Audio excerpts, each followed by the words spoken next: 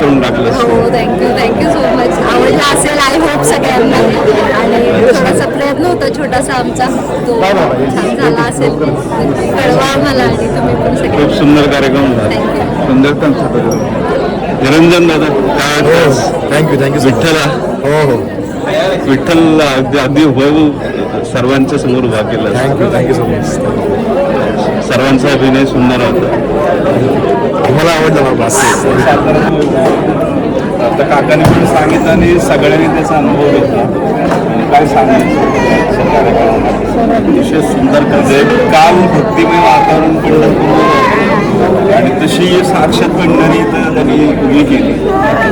काय सांगायचं अतिशय सुंदर कन्सेप्ट, अतिशय सुंदर सादरीकरण. ओव्हरऑल सगळंच म्हणजे गाणं, विधान, मेलडी आणि बाकीचं सगळं जेवढं काही होतं तेवढं सगळं अतिशय सुंदर. पहिल्यांदा साताऱ्यामध्ये माझ्या मते अशा पद्धतीनं प्रत्यक्ष पांडुरंगाच्या गाभाऱ्यात कुठेतरी आपण आहोत आणि या सगळ्या नामब्रह्माचा सगळ्यांचाच आपण अनुभव घेतोय असं काहीतरी या आज जाणवलं. आणि खास करून साताऱ्याचं वैभव त्याचं नावच वैभव आहे, त्यामुळे त्याच्या नावाप्रमाणे त्याने या ठिकाणी सादरीकरण केलं. सर एक शिक्षक म्हणून अभिमान आहे वैभवबद्दल. ध्यास पंढरीचा या आस होती खूप दिवसापासून वैभवचा कार्यक्रम ऐकण्याची, असं ऐकायचं सर्वांच्या समोर पाहिल्यानंतर भारी वाटलं. आणि साताऱ्याचं तर वैभव आहे, वैभव काय सगळ्यांनी तू निश्चित झाल्यानंतर मला बोलला आणि मला पण भारी वाटलं की जास्तीत जास्त लोकांच्यापर्यंत ही कॉन्सेप्ट पोहोचवायची आणि जास्तीत जास्त लोक खाली पाहिजे आल्याच काही खूप आनंद वाटला मला. म्हणजे ॲक्च्युली काय माहिती का की ही कन्सेप्ट माझ्या डोक्यात बरेच दिवस झाले होती आणि उभं करायचं म्हणून आम्ही बरेच म्हणजे आम्ही लोक मिटिंग घेत होतो, काहीतरी सुरू होतं. माझे सौरभ किंवा मानसी असे 2 मित्र आहेत. तर त्यांच्यासोबत एक मिटिंग घेतली, त्यावेळी त्यांनी मला सांगितलं की ओके आपण करू शकतो, काहीच प्रॉब्लेम नाही. तर ही कन्सेप्ट आम्ही लिहून घेतल्यानंतर राजू सरांनी हां येस मोठा त्यांचा खूप मोठा वाटा आहे. आणि तुम्ही सगळे आलात, आम्हाला आशीर्वाद दिला, खूप छान वाटलं. खूपच बरं वाटलं. Thank you very much. पांडुरंगाच्या कृपेने वैभव इतरांना देखील पाहायला मिळावं. आम्ही याचे प्रयोग नक्कीच बाहेर सुद्धा लावू. मी लागणार निश्चित. Thank you very much. सौरभ यातले काही संवाद एवढ्या जबरदस्त ताकदीनं तू सादर केले ना की अक्षरशः काटा आलं लोकांना अंगावरती. मी लहानपणापासून आजोबांचं पण बघितलेलं आहे खूप देवाचं करताना.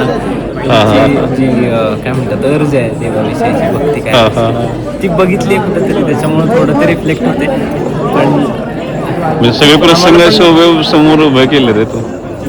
आम्हाला पण एक्सपेक्ट नव्हतं की एवढं छान होईल. एक छोटा प्रयत्न होता पण सगळ्यांचे रिप्लाय बघता आता असं वाटतं असे शो झाले पाहिजे त्याच्या पुढे देखील. नाही तुमच्यासारख्या प्रेक्षकांनी डोक्यावरती घेतले त्याच्यामुळे.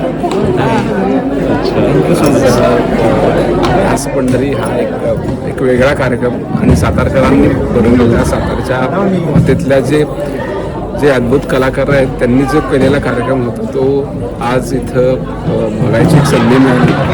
कालच आषाढी एकादशी झाली आणि हे जे हा जो आषाढ आहे किंवा ही जो पंढरीच्या वारीचा जो महिमा आहे जो शतकानुशतके चालू आहे त्याचं एक मराठी माणसाला एक वेगळंच त्याचं एक आतून त्याच्याबद्दल एक जिव्हाळा असतो किंवा ते त्याच्याबद्दलच्या भावना ज्या आहेत त्या खूप अशा शब्दातीत असतात. मग ह्या भावना वेगवेगळ्या प्रकारच्या आविष्कारातून त्या मांडण्याचं जे एक काम होतं ते या कार्यक्रमाच्या निमित्तानं झालं. वेगळी संकल्पना होती ती नृत्य असेल किंवा ते नाट्य सादरीकरण असेल, आजोबा आणि नातवांमधला संदेश असेल किंवा त्यातून नव्या पिढीशी जे जोडलेलं एक कनेक्शन असेल हे सगळं. आणि त्याच्यावर सगळ्यात म्हणजे जी अभंगवाणी जी आपण गेले हजारो वर्ष ऐकतो आहात इतक्या सुमधुर, अजिबातही कुठेही डिस्टर्ब न होता, कुठलाही ब्रेक न होता 2-2.5 तास या अभंग रसात आणि वैभव आणि त्याच्या सहकाऱ्यांच्या या सगळ्या आविष्कारामुळे आम्ही सगळे मंत्रमुग्ध झालो. खरोखरच या कार्यक्रमामुळे म्हणजे एक खूप समाधान मिळालं. मी या सर्वांना खूप साऱ्या शुभेच्छा देतो. Thank you sir.